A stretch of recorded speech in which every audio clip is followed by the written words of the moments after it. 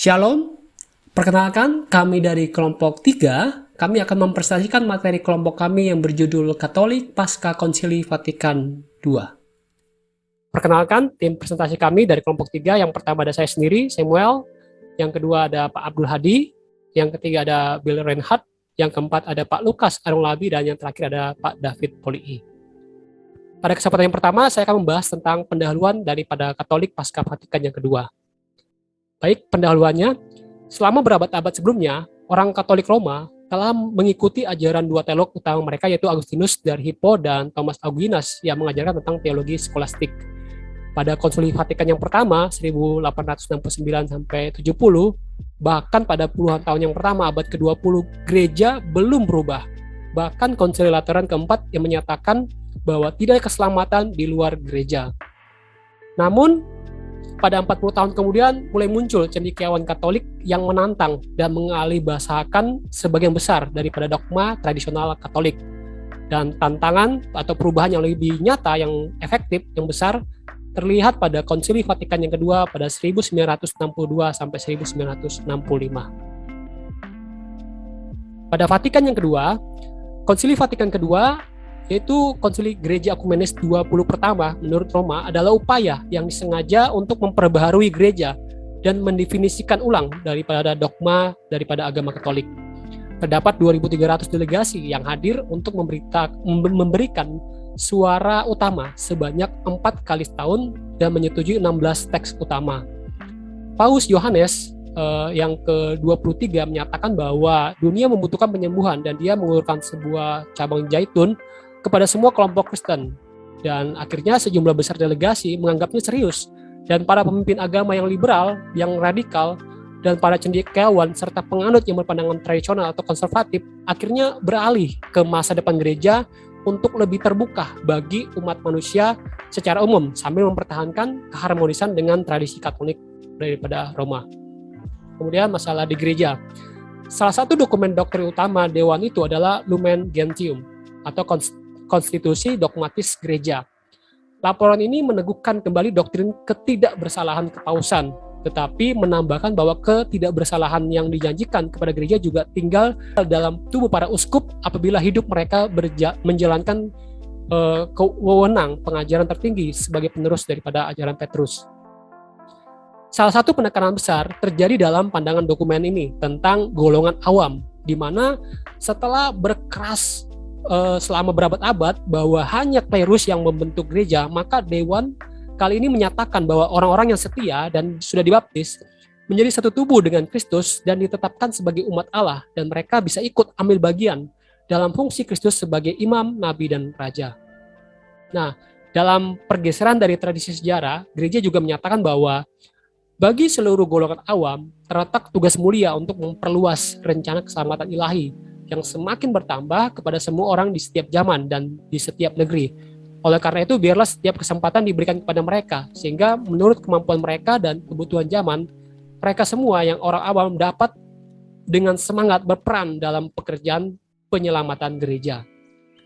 Dalam hal wahyu, pusat lain dari konsili itu adalah Dei Verbum atau tentang konstitusi dogmatis tentang wahyu ilahi, di mana ketika tradisi skolastik telah berpaut pada dua sumber yang berbeda dari pengetahuan ilahi, yaitu alam dan supernatural atau khusus, maka dalam Konsili Vatikan II memilih pendekatan keselamatan berdasarkan sejarah yang memandang penyingkapan sebagai persatuan holistik.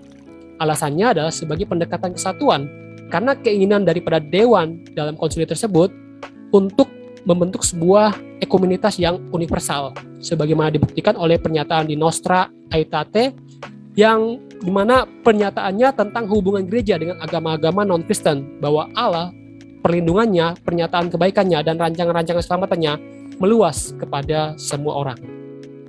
Selain itu, pada Vatikan II, penekanan Thomistik pada pendekatan rasional untuk pengetahuan Allah, orientasi baru ini sangat dekat dengan neo-ortodoks Protestan, yang menyatakan bahwa dalam Yesus Kristus, penyingkapan sepenuhnya dari Allah yang Maha Tinggi akan diselesaikan. Bahkan seorang teolog dituntut untuk menyatakan Heils Gentium, yaitu tentang sejarah daripada keselamatan. Kemudian membahas tentang non-Katolik. Beberapa dokumen dikeluarkan yang berkaitan dengan hubungan antara Roma dengan umat dan agama non-Katolik. Mereka termasuk Unitas Redintiatio atau Dekrit atas Ocumenis Orientatum Ecclesiatum. Dekrit atas gereja-gereja Katolik Timur, golongan atas, dan ketetapan atas kegiatan misioner gereja. Nostra Aetate, ya tentang maklumat tentang hubungan gereja dan agama-agama non-Kristen, dan dokumen terakhir yaitu tentang Dignitatis Humanae, yaitu tentang deklarasi tentang kebebasan beragama. Semua dokumen-dokumen di atas tersebut itu berupaya mempertahankan konsep tradisional sambil menafsirkan kembali secara radikal. Ini mereka lakukan dengan mempertahankan peran gereja sebagai satu-satunya pemelihara keselamatan, tetapi pada saat yang sama mengeluarkan pernyataan universalisme. Kemudian, keterbukaan baru juga diluruhkan kepada orang-orang non-Kristen. Dewan mengakui bahwa semua umat manusia mencari jawaban atas kekhawatiran utama dalam kehidupan mereka. Sebagai contoh, dalam agama Hindu, mengatakan bahwa carilah kebebasan dari penderitaan kondisi kita melalui praktik pertapaan atau meditasi mendalam, atau penerbangan yang penuh kasih yang percaya kepada Allah. Dengan cara yang sama, semua agama di dunia berupaya mencapai pencerahan moral dan rohani. Dan gereja Katolik tidak menolak apapun yang benar dan kudus dalam agama-agama ini, yang sering mencerminkan cahaya kebenaran yang menerangi semua orang. Dan perubahan yang paling menonjol adalah sikap gereja terhadap mereka yang memiliki kecenderungan ateistis atau orang ateis yang tetap saja menjalani kehidupan mereka secara bermoral, di mana menurut mereka kebaikan dan kebenaran apapun yang ditemukan di antara mereka dipandang oleh gereja sebagai persiapan bagi Injil. Ia menghargai sifat-sifat seperti yang diberikan kepada semua orang agar mereka akhirnya memperoleh kehidupan suatu saat nanti. Oke, demikian presentasi saya, akan selanjutnya dilanjutkan oleh Pak Abdul Hadi. Oke, shalom teman-teman, saya akan melanjutkan untuk presentasinya. Kita akan lihat bahwa di sebelum Konsili Vatikan II itu kita sudah dengar bahwa Gereja Katolik menghidupi doktrin penebusan atau keselamatan terbatas. Tidak ada keselamatan kecuali hanya melalui Gereja Katolik. Nah, konsep extra ecclesia nulla salus itu di luar gereja tidak ada keselamatan. Ajaran ini tidak mengakui adanya keselamatan itu di dalam agama lain, hanya ada di dalam Katolik. Ini adalah doktrin sebelum Konsili Vatikan II. Nah, ketika Konsili Vatikan II itu diadakan, ini adalah merupakan suatu perubahan dasar yang sangat besar dalam teologi di masa lalu. Roma bukan lagi satu-satunya gudang wahyu ilahi. Dengan konsili ini, bahwa gereja Katolik itu langsung menuju kepada universalisme. Apa itu universalisme? Pengajarannya itu universalisme mengajarkan bahwa kondisi manusia yang menyangkal apa yang Alkitab ajarkan tentang kondisi manusia yang terhilang, keperluan kelahiran kembali, peringatan Kristus dan neraka, penghakiman tahta putih, dan pentingnya pemberitaan Injil. Ini disangkal oleh universalisme. Dan di dalam arah universalisme ini, Dewan memiliki pandangan yang tidak berbeda dengan liberalisme Protestan. Nah, di mana ciri-cirinya adalah dia percaya Tuhan, tapi bukan Tuhan yang sesuai dengan kepercayaan Kristen Ortodoks. Terus memisahkan doktrin Kristen dengan etika, sehingga kelompok liberal ini berkesimpulan orang ateis juga dapat menjadi seorang yang moralis. Nah, tidak percaya kepada doktrin ortodoks tentang trinitas, ketuhanan, keperawanan yang melahirkan, dan seterusnya. Nah, terus mereka menerima secara mutlak pemisahan agama dan negara, sehingga kata Tuhan dan Kristen itu mereka tidak mau supaya dicantumkan di dalam konstitusi. Nah, percaya penuh pada kebebasan toleransi beragama. Jadi pada mulanya toleransi kepada sekte Kristen, kemudian melebar kepada toleransi beragam ateis dan non-Kristen, dan pada akhirnya mereka juga berpendapat bahwa orang bebas untuk tidak beragama.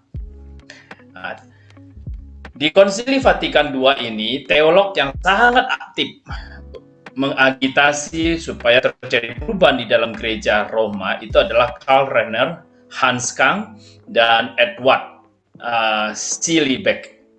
Nah, di sini saya akan khusus menyoroti tentang Karl Rahner. Karl Rahner ini adalah kelahiran Jerman, dia bergabung dengan Jesuit dan dia ditahbiskan menjadi imam, terus dia menjadi profesor di Universitas Innsbruck. Dia adalah penulis yang sangat produktif dan karyanya adalah theological investigation. Dan dia adalah dianggap seorang teolog Katolik kontemporer yang sangat berpengaruh yang diperhitungkan di dalam Konsili Vatikan II. Karena terkenal dengan konsep Kristen anonim yang memberi pengaruh sangat luas dan merupakan konsep inklusif dari Katolik. Dia menyatakan bahwa keselamatan itu melampaui batas gereja yang kelihatan. Bukan saja individu non-Kristen dapat diselamatkan, tetapi juga agama-agama bukan Kristen itu mempunyai peranan di dalam keselamatan. Rahner ini itu sangat dikenal sebagai tokoh neotomisme di dalam metodologinya. Sedikit tentang Thomisme. Thomisme itu adalah aliran filosofis dan teologis karya dan pemikiran Thomas Aquinas. Dan pernyataan dan komentar yang disengketakan Thomas Aquinas tentang Aristoteles itu menjadi karya yang paling terkenal di dalam filsafat. Thomisme ini adalah aliran filsafat pemikiran Santo Thomas yang percaya bahwa kebenaran adalah benar dimanapun ditemukan. Seperti di dalam filsuf Yunani ada kebenaran, Romawi, Yahudi, Muslim, dan dia mengikuti terminologi metafisika Aristoteles. Nah, secara khusus, Santo Thomas Aquinas adalah seorang realis. Dia percaya bahwa dunia dapat dikenal apa adanya. Sedangkan Karl Rahner itu adalah seorang tokoh neotomisme. Dia merumuskan mereka ulang atau disebut dengan rumusan modern tentang doktrin filsafat dan agama dari Thomas Aquinas. Neotomisme itu merupakan penerus dari aliran Thomisme yang telah lama hilang dan muncul kembali dikarenakan pada zaman filsafat modern orang-orang telah mendewakan rasio sehingga mereka merindukan kembali adanya kepercayaan Kristen yang berusaha untuk menggabungkan rasio itu dengan agama.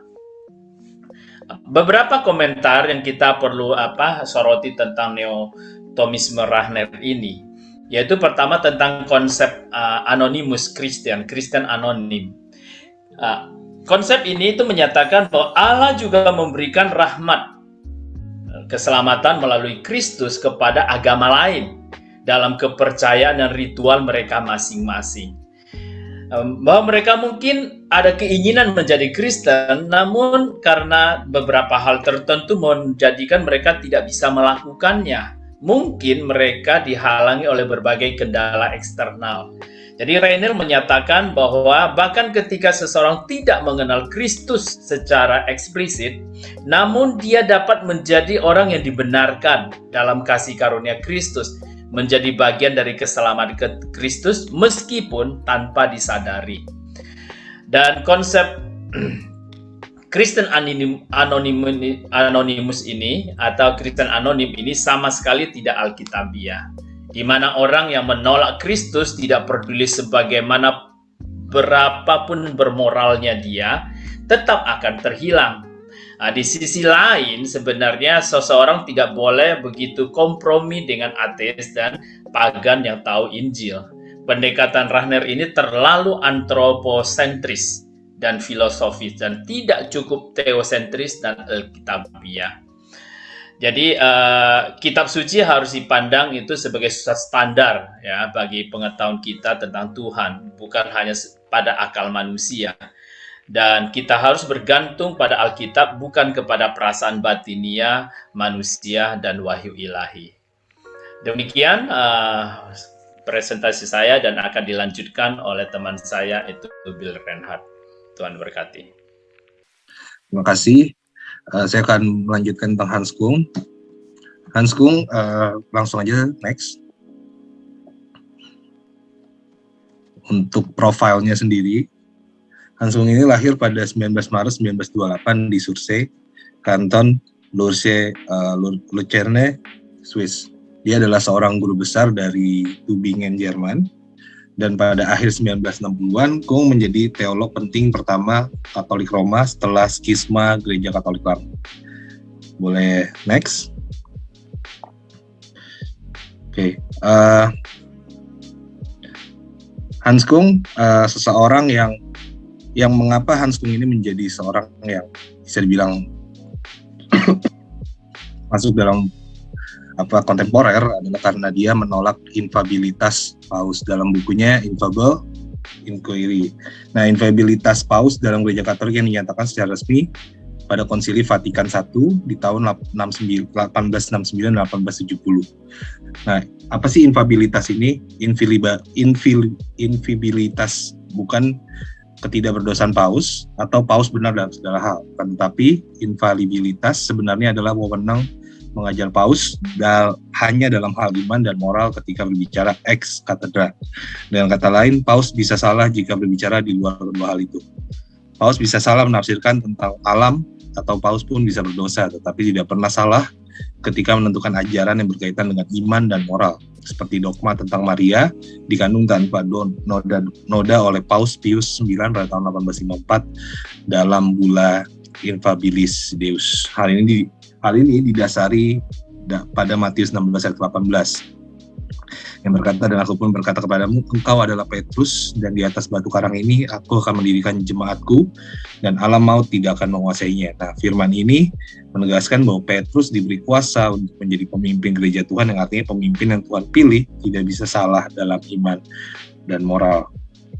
Nah, oleh karena hal itu, Kung sendiri penolakan terhadap infalibilitas Paus ini akhirnya menyebabkan Kung izin mengajarnya dicabut. Otokritik Hans ini bersifat pesimis yang didasari oleh banyaknya laporan tentang skandal seks para pemuka gereja Katolik, sehingga ia mengusulkan agar Vatikan mencabut doktrin selibasi atau larangan menikah atau selibat, larangan menikah bagi pastor. Menurut Hans, doktrin ini bertentangan dengan Alkitab. Pendapat Hans ini sejalan dengan Protestan bahwa melayani Tuhan tidak harus dengan tidak menikah.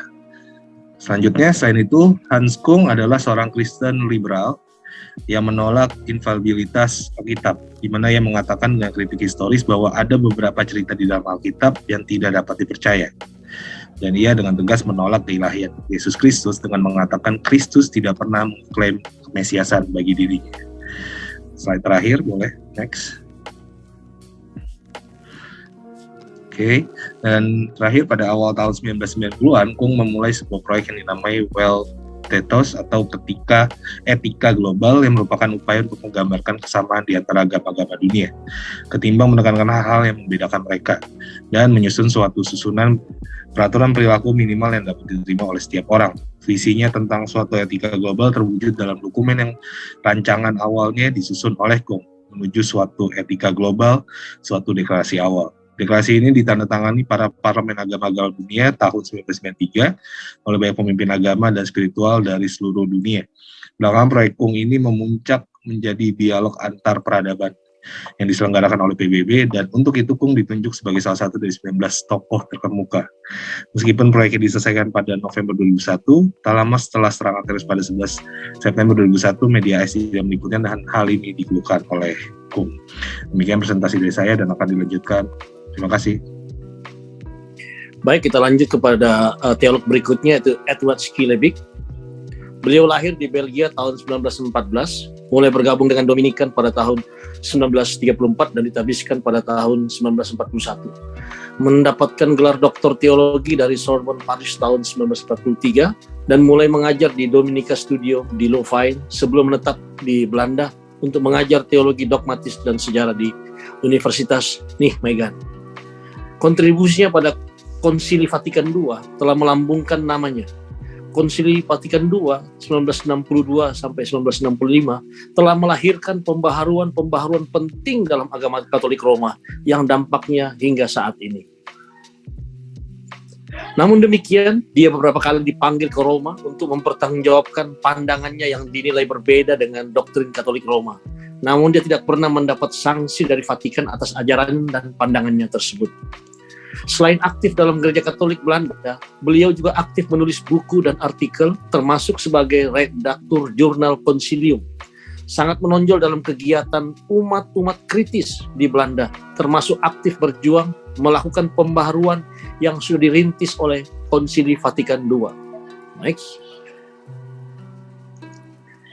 Ia menegaskan bahwa teologi memiliki dua sumber. Di satu pihak teks-teks masa lampau yang memuat dan mengenangkan pengalaman masa lampau, dan di pihak lain pengalaman aktual masa kini. Skilebik berbicara mengenai korelasi kritis antara masa lampau dan masa kini sebagai metode teologi. Arti iman dibuka dalam suatu keseimbangan atau korelasi kritis antara 4 faktor. Warta Kristiani yang asli atau tradisi, konteks historis dari tradisi itu, interpretasi iman yang aktual, dan yang keempat, konteks dari interpretasi aktual itu. Identitas iman dipertahankan bila keseimbangan antara 4 faktor ini dijaga, yaitu warta dan konteksnya pada masa lampau dan dewasa ini.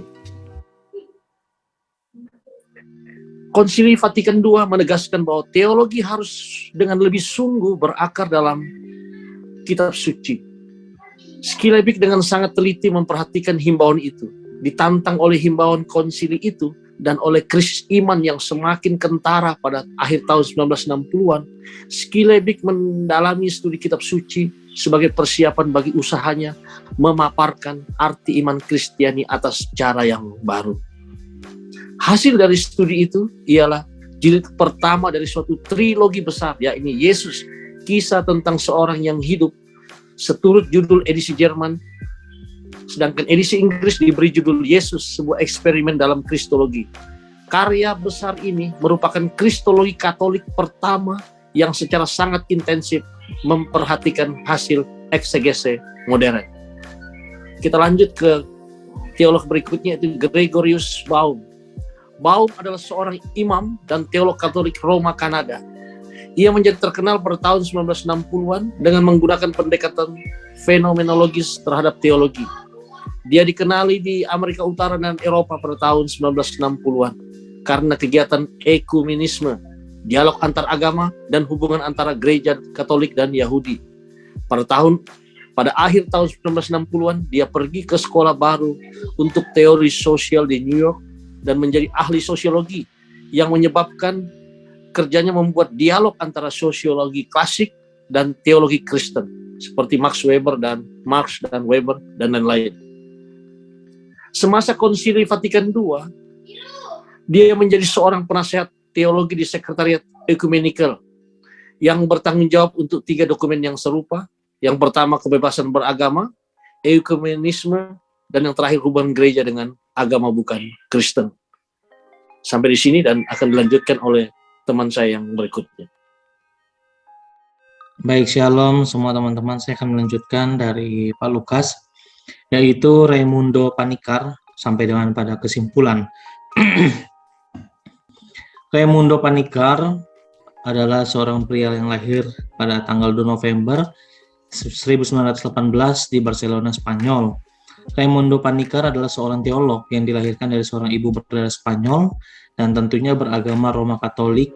Namun ayahnya adalah seorang India beragama Hindu dan dibesarkan dengan kitab Kristen dan kitab Hindu. Raimundo Panikkar juga dikenal sebagai seorang tokoh dialog antar agama.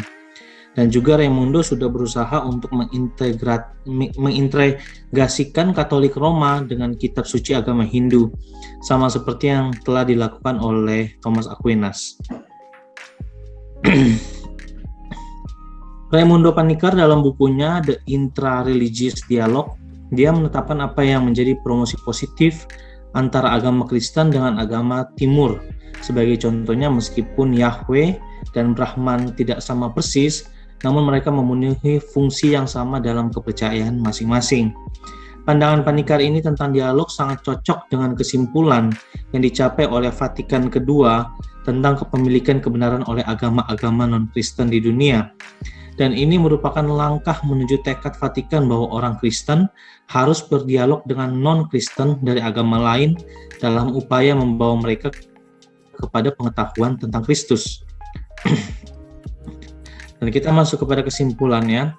Tadi sudah dijelaskan beberapa hasil daripada Konsili Vatikan, ada beberapa dekret, dan saya menjelaskan mengenai ada 4 hasil konstitusi dari Konsili Vatikan kedua. Yang pertama adalah Dei Verbum, yaitu tentang wahyu ilahi, dan yang kedua adalah Gaudium et Spes, tentang gereja di dunia dewasa ini, dan yang ketiga adalah Lumen Gentium, tentang gereja. Yang keempat, konstitusi adalah Sacrosanctum Concilium, tentang liturgi gereja. Ya, kesimpulan selanjutnya adalah Katolikisme pasca Vatikan kedua memberikan keputusan akhir bahwa rasionalisme Thomistik sebagai pendekatan yang tepat kepada Tuhan. Dan poin selanjutnya adalah teologi pasca Vatikan II telah menggantikan teologi alam subjektif dengan teologi tradisional yang didasarkan pada wahyu khusus, dan perubahan besar juga terjadi dalam pelaksanaan doktrin Kristus. Di bawah sistem Katolik modern ini, penyaliban Yesus menjadi perwakilan keselamatan daripada konstitutif. Kisah Para Rasul 4 ayat 12. Dan program gereja sekarang adalah untuk berdialog dengan ekstra agama Kristen dalam upaya membantu pemeluknya untuk menemukan Kristus yang merupakan titik fokus daripada keselamatan.